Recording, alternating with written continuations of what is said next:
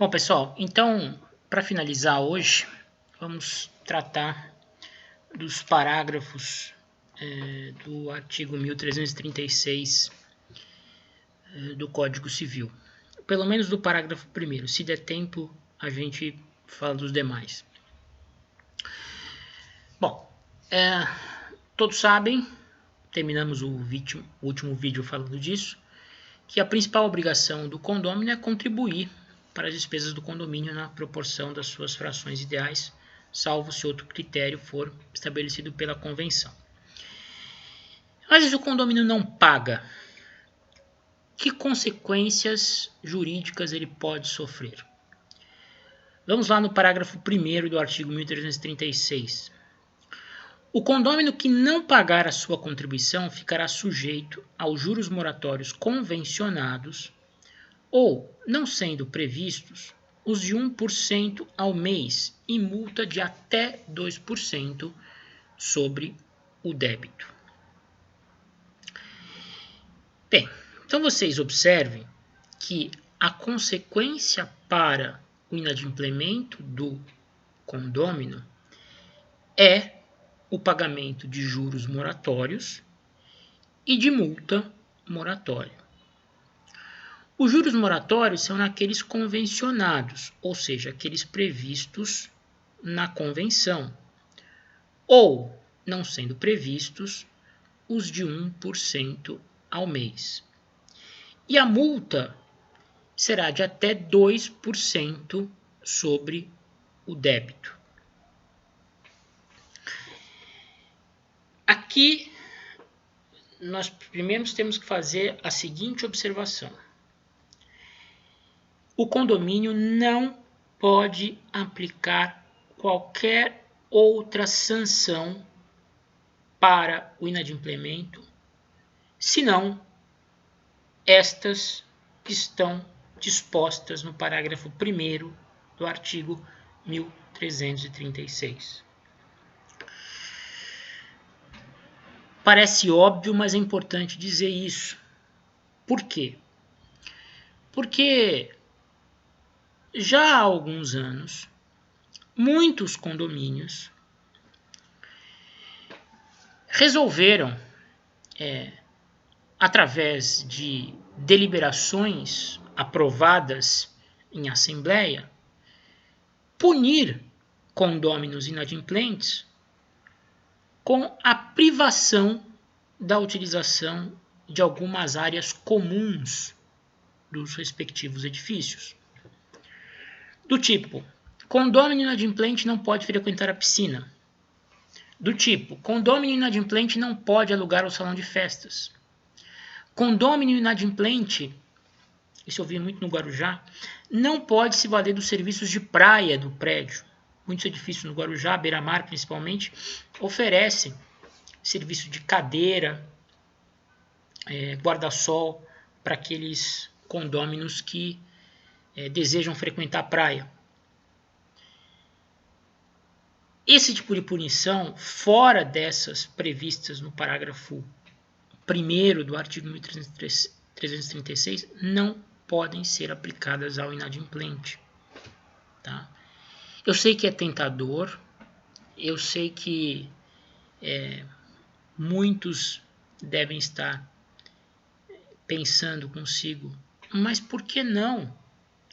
O cara está devendo, todos os demais estão tendo que fazer um esforço extra para ajudar a manter o condomínio e ele vai poder continuar desfrutando de todas as comodidades do prédio? Vai. Essa questão já rendeu muitas discussões na jurisprudência. Num determinado momento, o próprio STJ chegou a, num julgado específico, consagrar essa tese de que os condôminos, através de deliberação assemblear, poderiam impor outras restrições, outras consequências jurídicas ao condômino inadimplente, além dessas previstas no parágrafo 1º do 1336. Só que essa orientação caiu por terra. E caiu por terra, a meu ver, da maneira correta. As áreas comuns são de utilização de todos os condôminos. Nenhum condômino pode privar qualquer outro do acesso e utilização de equipamentos comuns do prédio.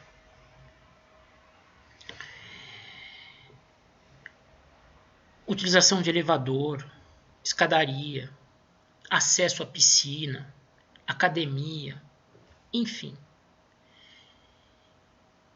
Esse tipo de restrição ao inadimplente, além de não encontrar respaldo na lei, muitas vezes acaba expondo esse cidadão que não deseja estar inadimplente muitas vezes, mas que devido às circunstâncias da vida pessoal acaba se tornando. O cara perdeu o emprego, sofreu aí um baque financeiro qualquer, acaba expondo essa pessoa a uma situação de constrangimento, expondo essa pessoa ao ridículo. Né? Isso não pode ser admitido. O cara está inadimplente, o que o condomínio tem que fazer? Imediatamente acionar a administradora, que deve ter lá os seus serviços de advocacia, e cobrar judicialmente o valor devido, incluindo os juros e a multa.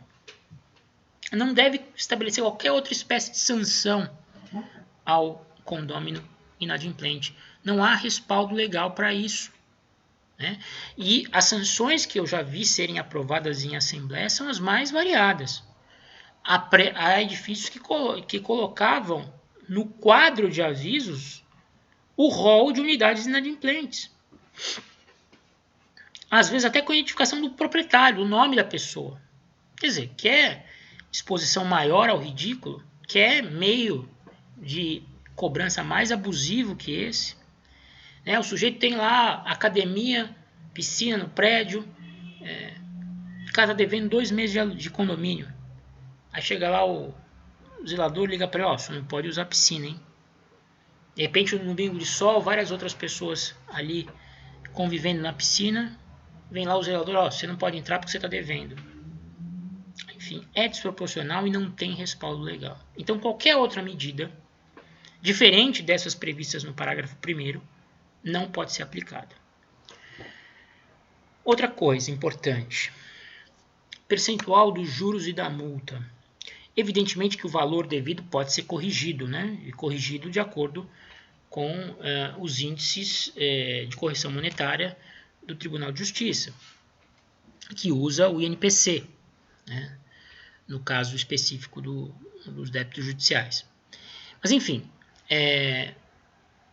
além da correção monetária, os juros moratórios. O teto de juros moratórios previstos pela nossa legislação civil é de 1% ao mês. Artigo 591 do Código Civil. Então, não pode haver aplicação de juros moratórios superiores a 1% ao mês. Mas o legislador fala ali que ficará sujeito aos juros moratórios convencionados, ou não sendo previstos de 1% ao mês. Convencionados em valor menor. Pode a convenção prever, por exemplo, 0,5% ao mês e não 1%. 0,8%. Mais de 1% não se admite, porque esse é o teto legal para aplicação de juros moratórios entre particulares. As instituições financeiras, vocês vão ver mais à frente, tem outro regime. Mais à frente não, vocês já devem ter visto no passado, tem um outro regime próprio. Mas entre particulares, o limite é 1% ao mês. Vedada a capitalização mensal. Né? Ou seja, não pode incidir juros sobre juros. E quanto à multa? Esse é um problema grave, sério. No regime anterior ao do Código Civil de 2002, no regime da Lei 4591 de 64, permitia-se que a multa moratória chegasse a até 20% do valor do débito, desde que isso fosse devidamente previsto na convenção condominial. A redação do artigo da Lei 4591 de 64 previa multa moratória de 10% a 20%, né, segundo o que fosse definido pela convenção condominial. Veio o Código Civil de 2002 e impôs o teto de 2%. Qual a crítica? Ficou fácil ficar inadimplente em relação ao condomínio. As consequências deixaram de ser severas. Existem outros débitos, outras dívidas que rendem encargos maiores do que a dívida condominial. Ou seja, entre ficar devedor, por exemplo, do cartão de crédito do condomínio, ele vai dever no cartão de crédito. Entre ficar devedor, ele vai ficar devedor no condomínio. Entre ficar devedor no cheque especial e no condomínio, ele vai ficar devedor no condomínio. Então, assim, houve uma crítica muito grande da doutrina, no sentido de que essa diminuição do valor máximo da multa acabou tornando o inadimplemento da dívida condominial mais conveniente para o devedor. E o inadimplemento da dívida condominial ele produz consequências terríveis para os outros condôminos, que são obrigados a ter que suprir a falta da contribuição do condômino inadimplente. Então, de modo geral, a doutrina defendia na época, hoje a discussão já está meio morna, né? Mas na época foram muitos os artigos publicados criticando essa opção do legislador por diminuir a multa condominial, multa moratória, para até 2%. Né? Com isso, criou-se uma espécie de estímulo ao inadimplemento condominial, segundo esses autores. De fato, me parece que talvez 20% fosse muito, mas 2% é pouco.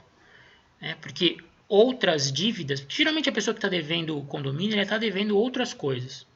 Então é uma questão de escolher aquilo que pagar e aquilo que continuar em débito. Uma multa baixa faz com que a pessoa escolha outras dívidas, aquelas que podem produzir encargos mais severos, para serem sanadas. E isso acaba acarretando prejuízo para a coletividade dos condôminos.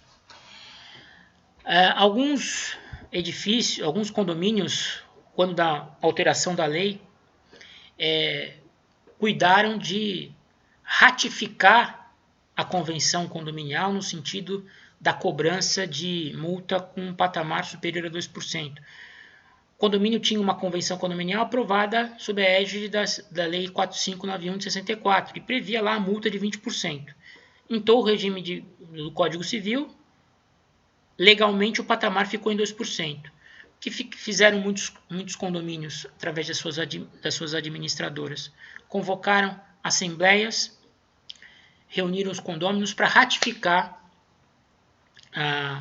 que o valor da multa moratória, em caso de inadimplemento, seria de 20%. Ratificar a convenção aprovada no regime do Código Civil anterior e da Lei 4591 de 64. Evidentemente que isso não foi aceito pelos tribunais.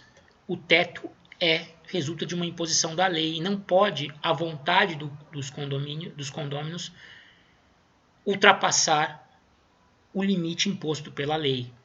Então, infelizmente ou felizmente, a multa hoje é de, no máximo, 2%. Tá bom? Com isso, nós encerramos aí. Um abraço a todos.